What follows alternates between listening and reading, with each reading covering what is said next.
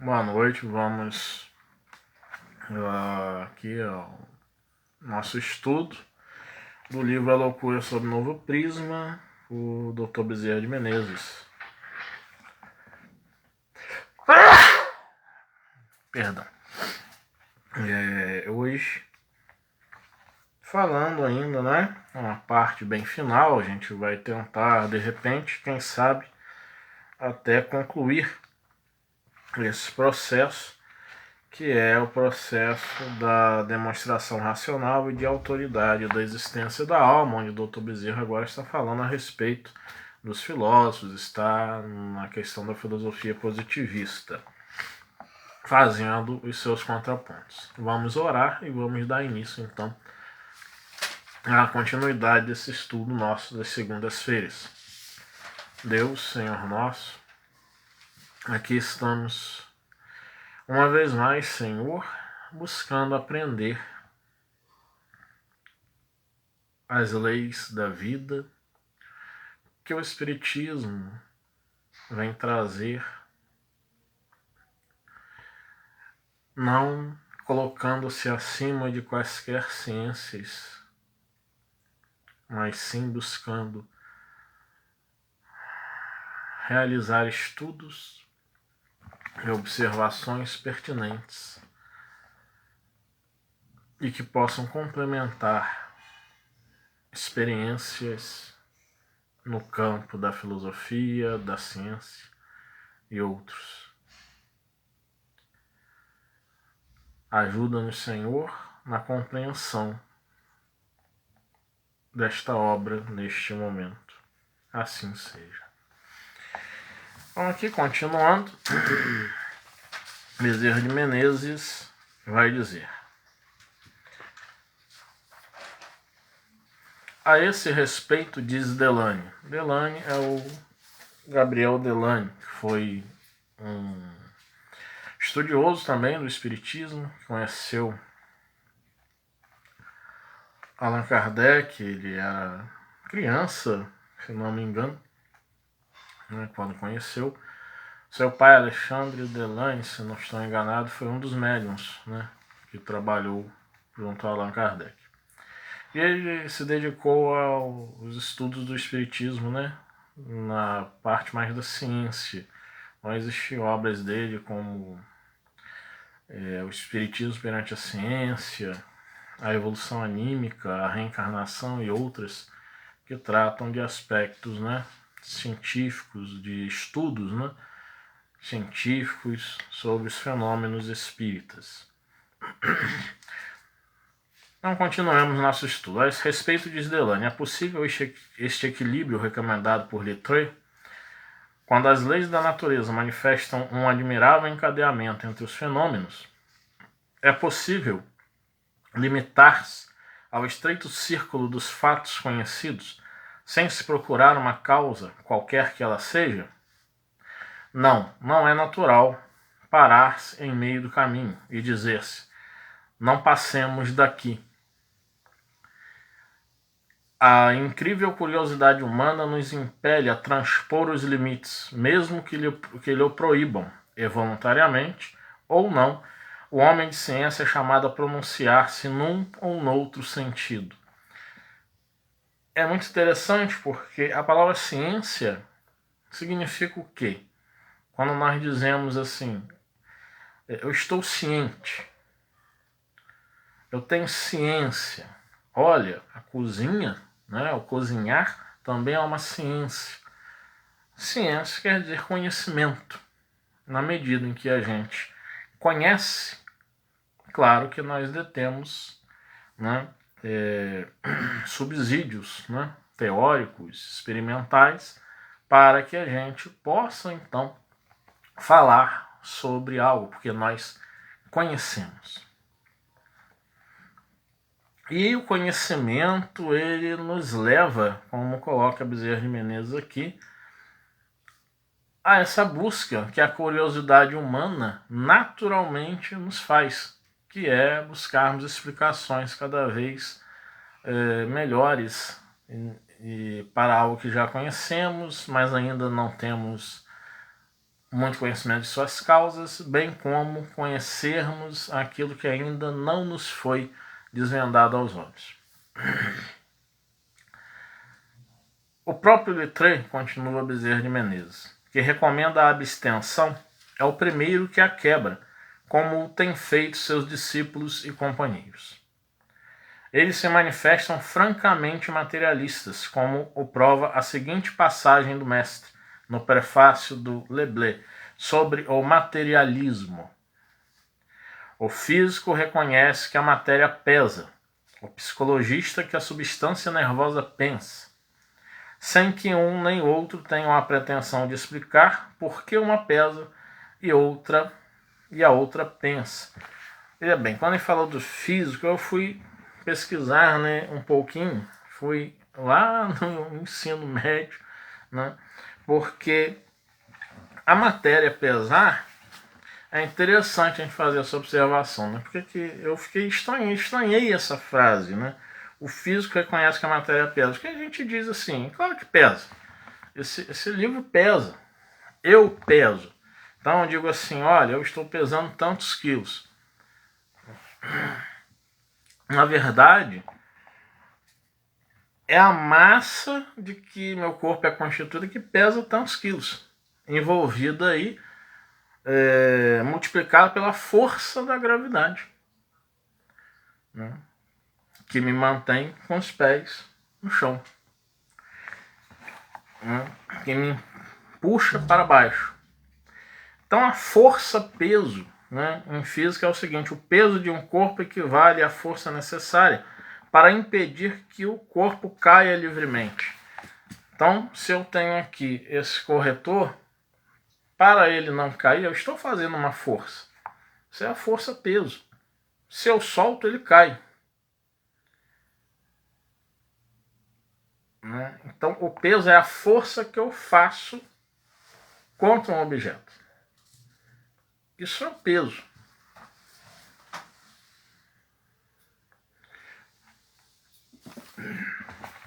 E mais, a força-peso possui o mesmo módulo da força gravitacional que atua sobre um corpo, isto é, o que é o mesmo módulo? É o mesmo número, é a mesma quantidade, né? Numérica, vamos colocar assim didaticamente, que a força-peso tem na mesma forma que a gravidade. Então o peso na fórmula da física é assim, P igual a M vezes G, né? P, sinal de igual, M ponto G, né? Ponto aí significando vezes. É o peso igual a massa vezes gravidade. A massa vezes a gravidade me dá o que é a força-peso. E aí, isso realmente complica. Como explicar que a matéria pesa se o peso é a força que se faz sobre algo? Então eu posso explicar que diante da gravidade eu tenho ali o meu peso. Enfim, isso vai dar cálculos e mais cálculos, né? E realmente aí dá para nós entendermos. O físico reconhece que a matéria pesa. O psicologista que a substância nervosa pensa, sem que nenhum ou outro tenha a pretensão de explicar por que uma pesa e a outra pensa. Aí a gente vai entender que o físico, né, ou a acadêmica, né, na área de física, Bezerra de Menezes está falando que eles não reconhecem que há uma força-peso, mas não explicam por que a matéria pesa. Já que não é a matéria que pesa, é a força-peso, né, a força que é direcionada contra a massa do meu corpo que me faz pesar. Isso é o peso. Né? É um gatinho, eu olhei para lá porque é um gatinho em cima do caderno. É o bicho estudando em cima do caderno. Eles gostam muito. E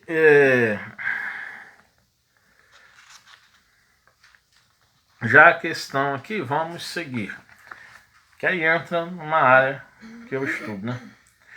Afirmar que o psicologista reconhece que a substância nervosa pensa não é destruir a recomendação de Littré acima descrita. Entretanto, esta afirmação é do próprio Littré.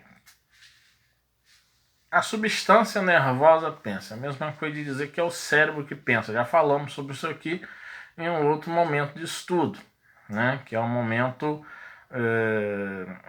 de outros, né, estudos que tivemos, onde eu falei que vocês me olham, mas eu estou me comunicando, vocês entendem e vocês vão perceber que não só haveria de ter esse corpo, mas haveria de ter, né, outra coisa, né, agindo para que esse corpo se mova, para que haja um processo de comunicação. Não é? Fica-se aquela pergunta: se nós disséssemos que o cérebro é inteligente, nós poderíamos até acatar que a inteligência vem do cérebro, no sentido de que todas as pessoas que não tivessem capacidade de comunicação, né, que seus pensamentos estivessem totalmente truncados, né, pessoas com dificuldades mesmo, né, psicológicas, com dificuldades de comunicação, seus cérebros estariam lesionados. Porém, aquelas pessoas que não estão com seus cérebros lesionados e, entretanto, têm essa dificuldade. Então, a inteligência deveria nelas estar funcionando de uma forma devida. É um questionamento que nós devemos estar realizando. E que prova lhe deram, né? Que prova deram a Littré? Que prova lhe deram os psicologistas de que a substância nervosa pensa? Eis a questão. Qual a prova? Porque no positivismo, em outros momentos de estudos, o que nós vimos? Que Auguste Comte fez todo um estudo sobre a questão do positivismo, da evolução, né, do pensamento humano para se chegar ao espírito positivo, como ele chama, né, a esse pensamento positivo, no sentido de que aquilo que eu vejo, aquilo que eu consigo observar, experimentar, isto é a realidade.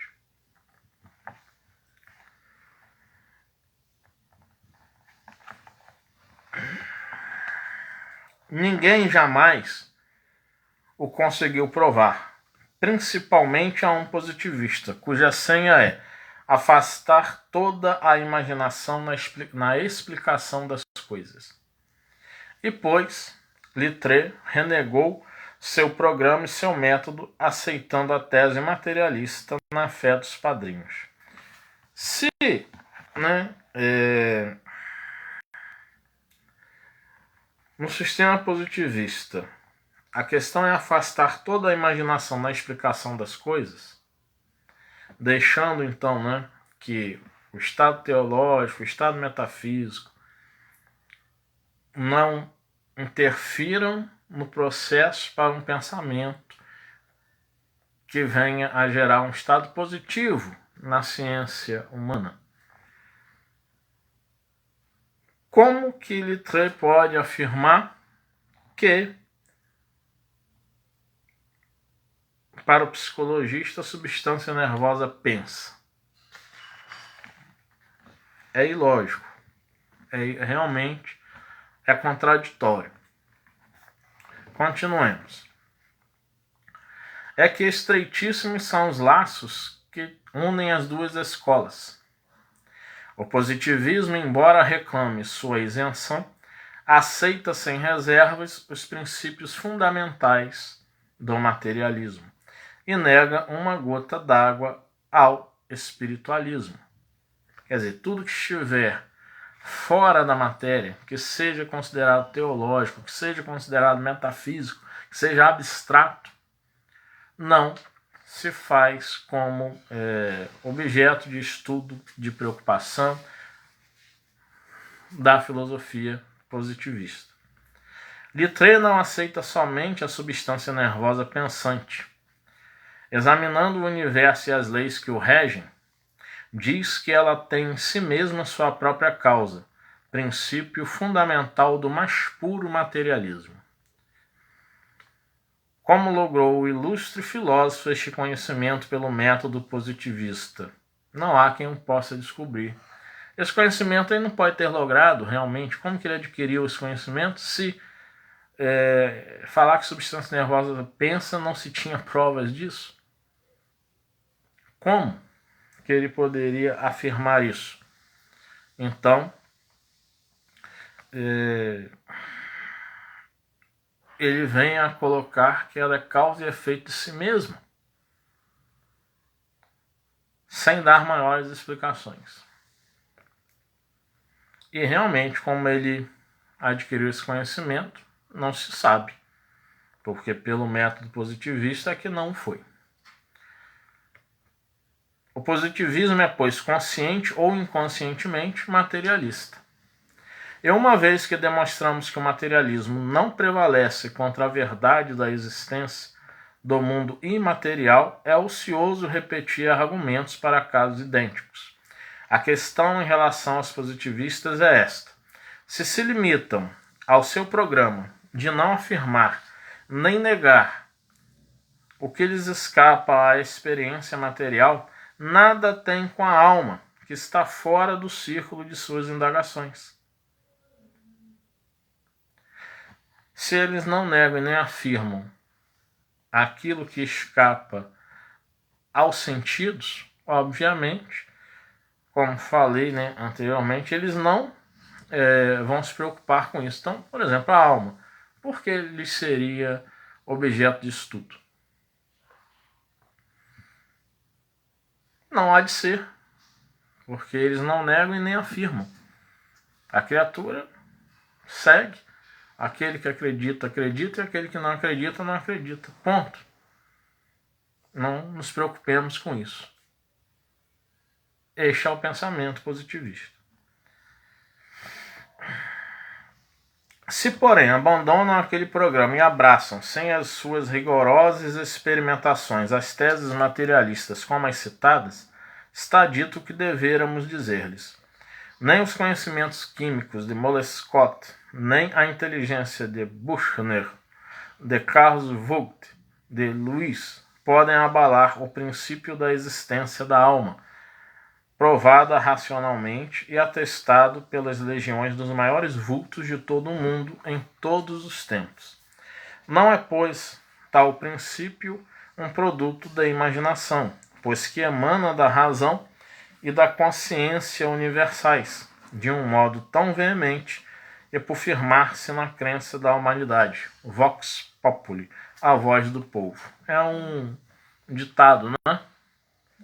Vox populis, vox deum, isto é, a voz do povo, é a voz de Deus. Bom, se é a voz de Deus, é um povo que tanto é, sinceramente, eu não sei. Eu acho que não haveria de ser sempre.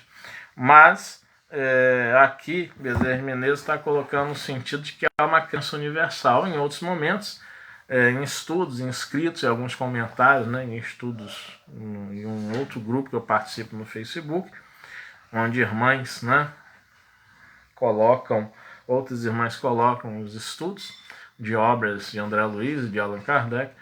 Eu coloquei que Leandro Carnal, François Laplantine, Geoffrey Blenner e outros, como Carl Gustav Jung mesmo, que viajaram, percorrendo diversas partes do mundo em uma observação de sociedades outras, sem o viés da civilização europeia como sendo esse tipo de civilização então tida como uma referência de progresso. Entretanto, eles viram que nessas sociedades não havia descrença em Deus, e mesmo em diversas pesquisas arqueológicas arqueólogos, historiadores, teólogos, filósofos, biólogos vêm a dizer que é interessante observar ritos funerários, ritos religiosos, deixados, né, como marca daqueles primeiros povos, né, que se tem notícia de habitar em determinadas regiões do mundo. E aí se chega a uma conclusão, pelo menos até agora, né, de que não houve uma sociedade em que a crença, né, em uma outra vida, na alma, em uma força superior, né, não houvesse existido.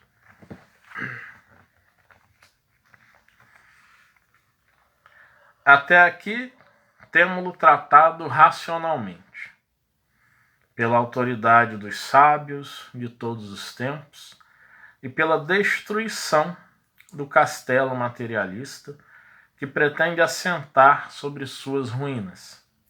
Cabe-nos agora a tarefa de provar experimentalmente a verdade de seu ser, o que será o trabalho do parágrafo 2º do presente capítulo, que é o que nós vamos entrar semana que vem, que é a demonstração experimental da existência da alma. Semana que vem nós vamos dar início, né, a isso. Quanto às questões para complementar, que nós temos ainda alguns minutos, né? Temos até bastante minutos, mas hoje vamos encerrar mais cedo. É interessante te observar, teve um podcast que eu gravei no grupo do Telegram, e eu me lembro agora, tem um tempinho que eu gravei, de que, por exemplo, se a química, né, de medicamentos ligando-se ao cérebro, se fosse só essa a questão para, por exemplo, nós vencermos a pandemia, né? Porque nós não temos só a pandemia do novo coronavírus, não. Nós temos a pandemia da dependência química, nós temos a pandemia de distúrbios do sono, nós temos uma pandemia de depressão, nós temos uma pandemia de ansiedade. E nós temos uma pandemia, a Bia falou aqui, eu já estava aí a falar também, nós temos uma pandemia de casos de obsessão. Que Kardec e a Gênesis chamou de um flagelo, né, na humanidade. Então,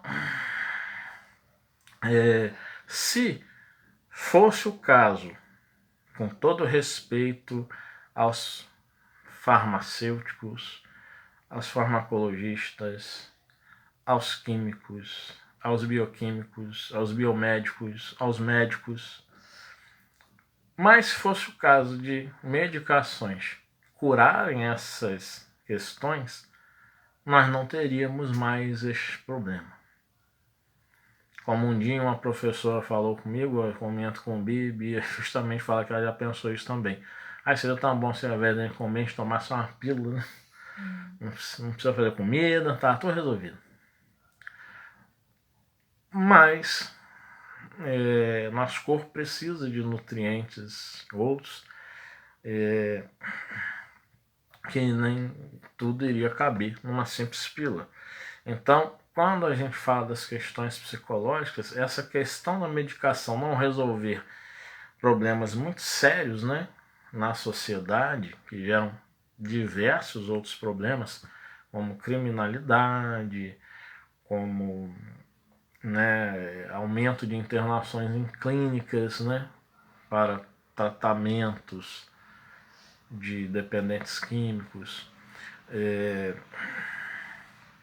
aumento no número de pessoas buscando medicamentos que as possam, né, aliviar ou as curar para que elas possam ter uma boa noite de sono. Nós vemos aí um aumento muito grande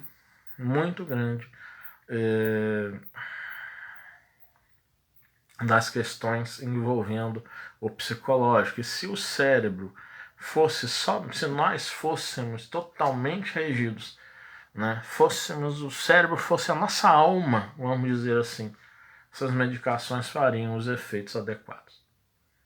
Entretanto, não fazem.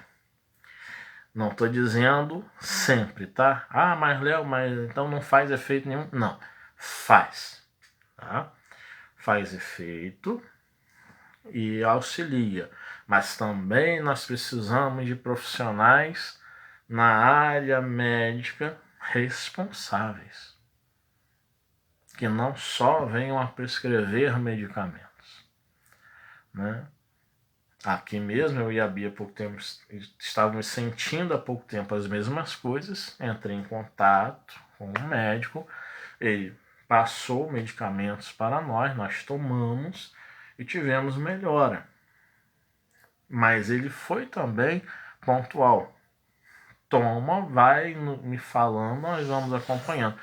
Quando a gente disse que estava melhor, ele imediatamente, é um tipo de medicamento, não precisa ficar tomando mais, pode parar.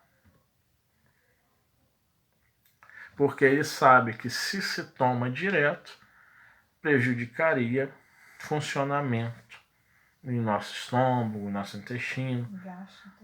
Nós iríamos estar com o nosso trato gastrointestinal com problemas, né, gerados por abuso de substâncias. Então, é preciso que nós tenhamos, né, contato com profissionais médicos responsáveis. Infelizmente, em toda profissão, né, existem as pessoas irresponsáveis, existem as pessoas que não se preocupam com nos passar determinados detalhes. Então, no campo psicológico, eu como psicanalista, né, profissional de saúde mental, minha esposa, psicóloga, né, também profissional de saúde mental, nós conversamos até bastante sobre, né, esses aspectos, porque nós vemos a necessidade cada vez mais de uma psicologia. Já existe a psicologia transpessoal que trata do espírito, mas porque nós temos no Brasil, por exemplo, diversos vídeos que eu vi no YouTube, pessoas falando em psicologia transpessoal, só uma ou duas, sinceramente, uma ou duas, que eu encontrei falando de uma forma séria. A maioria pareciam esotéricos, com cabaninha, com situações lá para fazer rituais xamânicos, parecendo terapeutas holísticos, essa é a grande verdade. E não, gente, são psicoterapeutas. Há uma diferença entre psicoterapeuta e terapeuta holístico. Há uma diferença entre psicanalista e psicólogo, né? E há uma diferença entre psicólogo e psicanalista, né? Psicólogo transpessoal diante da abordagem que se faz, né? E, claro, uma diferença muito grande em relação aos terapeutas holísticos, que eu já trabalhei com essa área, reconheço que tem muito funcionamento e, de certo modo, ainda trabalho quando eu trabalho com homeopatia, que é uma terapia alternativa, é uma terapia holística. Mas nós estamos precisando, alguns estudiosos da psicologia, mesmo já vendo a questão da psicologia transpessoal, falam de se colocar aí uma quinta força, que seria uma psicologia holística. E dá um nó na cabeça, porque transpessoal holístico, né? Já não seria, o transpessoal já não seria um holístico, tratar o ser como um todo? Mas fala-se do holístico justamente para abranger todas as 4 forças da psicologia, colocando essa para integrar todas elas. E aí sim tratar o ser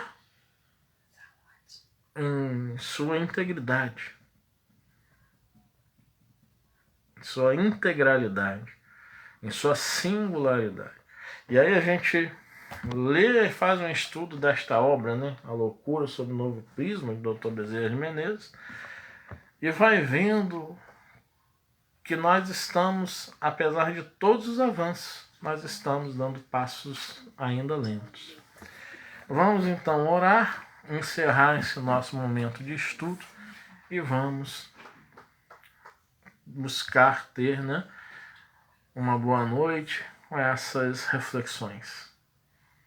Deus, nosso Pai, estamos agradecidos, Senhor, por mais um momento de estudo, por um momento onde aprendemos, também porque desde a hora em que lemos e explicamos, nós também nos ouvimos e nós, em nossos pensamentos, vamos frutificando compreensões e entendimentos. Que o Senhor nos abençoe e que nós possamos alcançar a paz que desejamos a cada dia. Que Deus, meus filhos,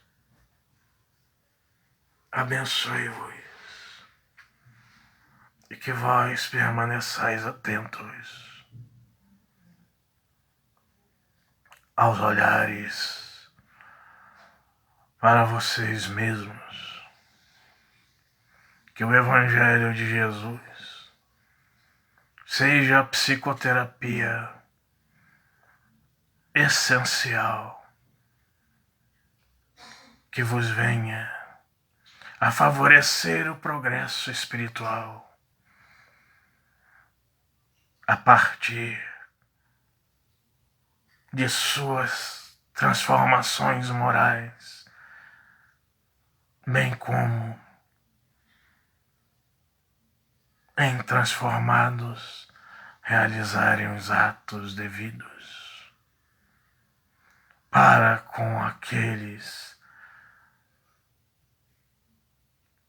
que lhes dividem os passos na nau terrena.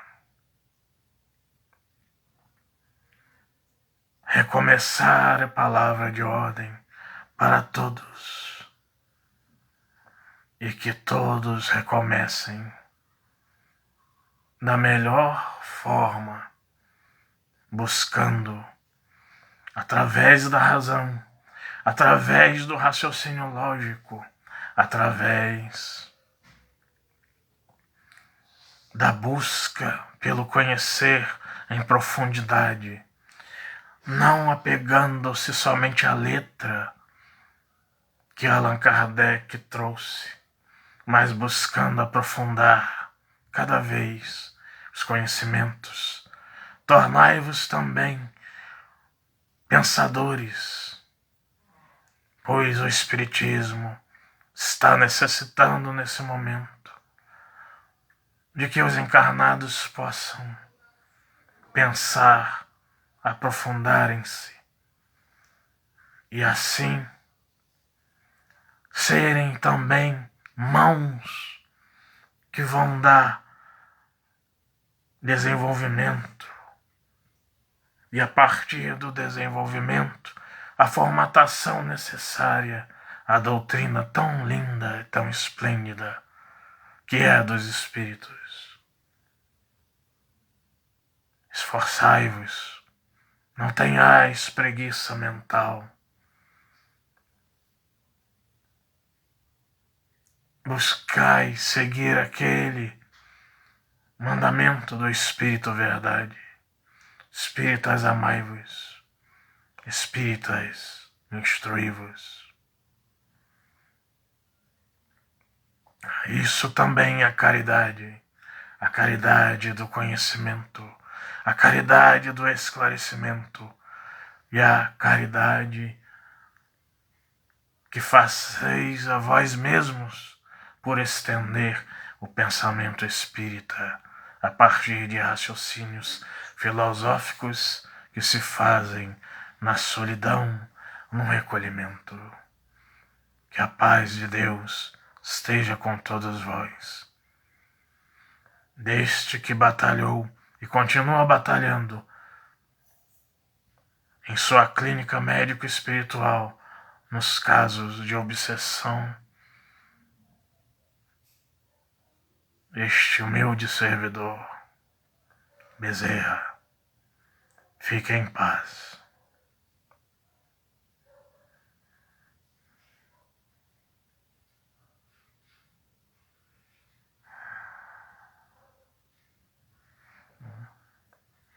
Uma boa noite a todos, muita paz a todos.